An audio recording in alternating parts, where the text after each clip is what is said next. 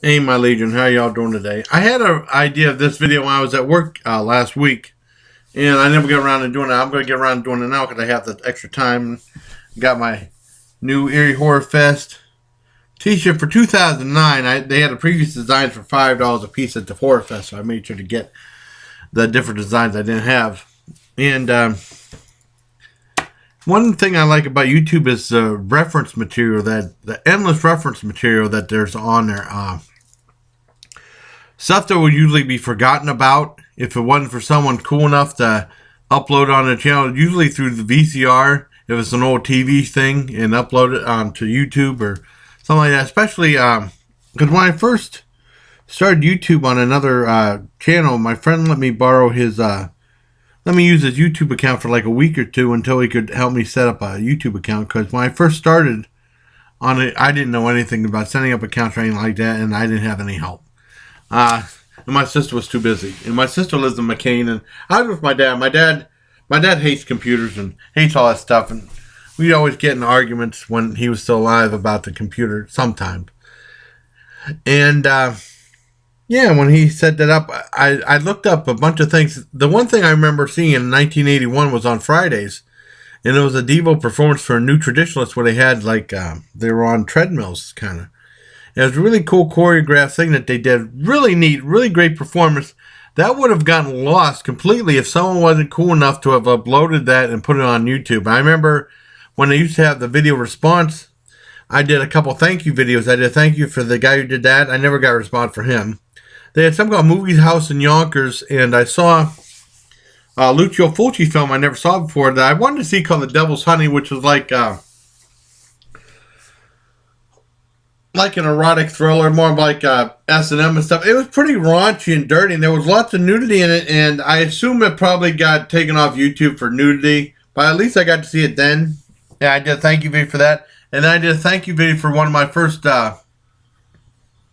friends I met, even before I met Tim Sands, Finis Benel Nut, and he did a video called... from a Herschel Gordon Lewis movie I always wanted to see called Suburban Roulette about swingers, even though there's no nudity in it. And it was on Joe Bob Briggs' sleaziest movies from around the world.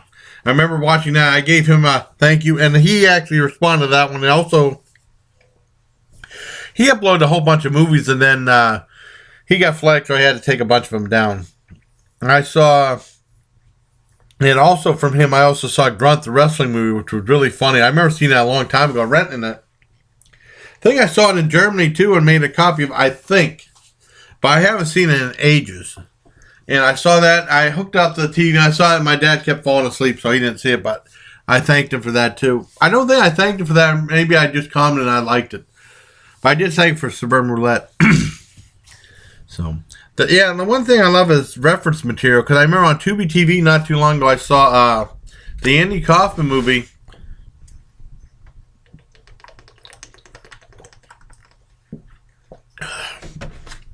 That just drinking water. That I've been wanting to see for a while. Man on the Moon, starring Jim Carrey, and they had a bunch of reference material, including his special. He did a special show that was never aired. I think I wanted to see it as a kid. I wasn't allowed to stay up and watch it. And also the performance on Fridays. I mentioned Fridays again, where he got into a fight. They had to, and after the movie was over, I looked up on YouTube, and both those things are there. I have not seen the Andy Kaufman special yet, but someone uploaded the infamous special, which has original commercials in it too, which is pretty cool. It's a somewhat poorly videotaped thing, but where else are you going to see it?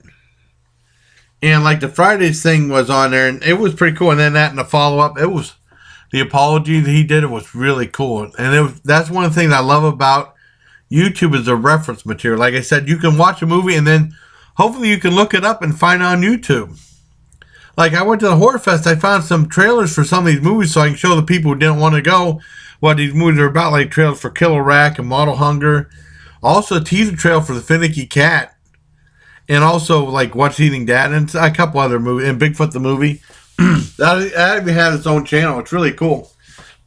and then it even gets even better. Like, 2 weeks ago, Brandon Edwards from the SAS was talking about, does anyone remember those Fisher Price reviewer things that they had back in the 70s, and also that that Kitty-Rama Theater that showed little cartoons for a quarter? And I found out, and they have videos about both these subjects on YouTube, and I couldn't remember what that thing was called, the viewer, because one of my memories from preschool, he had like this one basement, I think, they had toys and stuff in it, and there was one toy sitting by its lonesome, and the teacher said that was not any good, and it was like a viewer. It's like a viewer that had like a cartridge in it, and it was a crank, and it'll play like a minute-long movie, and it's silent though. And I never got that as a kid because I couldn't remember what it's called. She said she didn't know anything about it, so she was no help, the teacher. And there was a cartridge in it. My memory from that, there was a cartridge in it called Lonesome Ghost from Walt Disney. And I remember, I haven't seen it since. I looked up on YouTube, and they actually have the minute-long thing of that Lonesome Ghost on YouTube. And it was done in the way like you see it in the viewer. I don't know how the guy got it so it could fit, but you hear the cranking. It looks just like the way it was. And then I guess Disney had the full 9-minute 8 Lonesome Ghost thing, which I'm probably going to watch pretty soon. But that was cool seeing the 1 minute long video I remember from a kid. That's my childhood memories. Now, the Kitty-Rama Theater, I remember briefly because it was in the mall in Meadville where our grandmother would take us, and my grandmother was notoriously cheap. And if we go to the mall, we just walk around, and she wouldn't buy anything, and she said, "Doesn't this look nice? Doesn't this look nice? Don't these toys look nice?" And she said, "Grammy doesn't have any money. She can't buy you these things." And we asked, if she bought us anything, it was cheap because there was this wintergreen candy she brought whenever she came over, and I loved it. And she said, "Well, okay, I can bring it every time I go down there." And then I heard my mom and dad said she just bought it because it was cheap, like 30, 40 cents or something like that, or less. But I liked it, though, so that was in my favor. But she was, notoriously cheap. I mean, I don't want to get in too much of a rant, though, but whenever we learned our lesson to ask her for stuff, because she'd just say, "Granny," or she'd get mad at us. One time we went to the mall, and she said, "Well, you can go shopping." She gave us both $1, my sister and myself. And my thing was 99 cents. I think I might have had to pay a little tax, a couple cents tax, but I had that little bit of change in my pocket, so I didn't have to ask them for more than $1. And my sister bought an item that was like $2 or $3, and they were mad they had to pay they were furious, and they never gave us money for the mall again. And the only thing that ever happened after that is they had the Kitty-Rama Theater there, and me and my sister were really interested in seeing it, and we asked her grandmother, "Could we please have a quarter?" She's like, "Grammy doesn't have any money." And she said, "Well, why don't you look on the floor? Maybe you could find one." So we spent the whole time looking on the floor for that. And she thought it was the funniest thing ever. And she was telling everybody, "Yeah, they're looking on the floor for a quarter." And then we didn't say that she's too cheap to give us anything. And finally, our grandfather was, my grandmother went to use the bathroom. So my grandfather said, "Well, I'll give you a quarter. Just don't tell your grandmother," because he was really henpecked by my grandmother.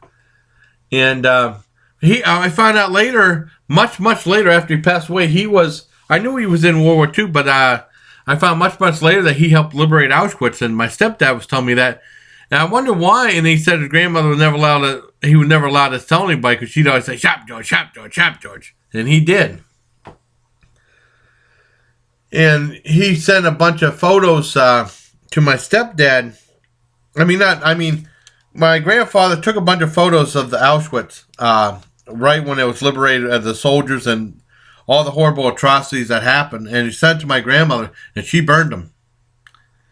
And I think that's what happened to a lot of soldiers that took photos, sent to their wives and their girlfriends and their mothers, and they all burned them. So there's not as many photos as there could have been. And I know my stepdad was really pissed off, saying that there would have been of incredible historic importance. And I agree. But just the way it was. And my grandmother passed away in '99 she had like over $350,000, and we didn't get anything. But I didn't ask for anything. I knew better, and my sister did too. Well, anyways, I'm getting off in a rant about it. I knew I would. Well, what happened was my grandfather was kind enough to give us a quarter. My sister and I a quarter, and we put in and we watched the Mighty Mouse cartoon. It was really cool. I think it was the Wolf one. I usually see on, if you buy a thing of public domain cartoons, that's the Mighty Mouse one they always show. I think it was that one, and we really enjoyed it, and it was worth the quarter. And we knew better than ever to ask them again for a quarter or for anything. She might give us a penny or a dime to throw in the wishing well, but I think that's more of a waste of money than a quarter to watch a cartoon, but she didn't believe in that. When I was over my grandma's, they had a movie theater down the block, and the kids would go see like Bad News Bears or that Walt Disney Apple Dumpling Gang. They said, "You want to come?" And I said, "No, we're not allowed to. We're not allowed to spend any money because the grandma won't give us any." Because we were really young. And all we had to do, we had to sit out on the porch and read the paper or something, or we had to stay in the house and watch my grandmother's soap operas. It was horrible. She wasn't a good person. But I'm not trying to get off on a rant. I knew I would. I knew that's probably why I held off on doing this video. But no, on that video there's a video for about the Kiddie-Rama Theater on there about a restored one, a vintage one, and then like the little kid. He was showing for a little kid, and his little kid didn't like it. So I know kids are different nowadays. But there you have it. These are my see, it brings back memories, good and bad. These different things, and that's one of the reasons why. Another reason why I love YouTube. All the reference material, bringing back memories. Not all of them good, but bring back memories. And so until next time, buddy, please take care of my legion. Drink some more water. On vacation. All right, take care, everybody.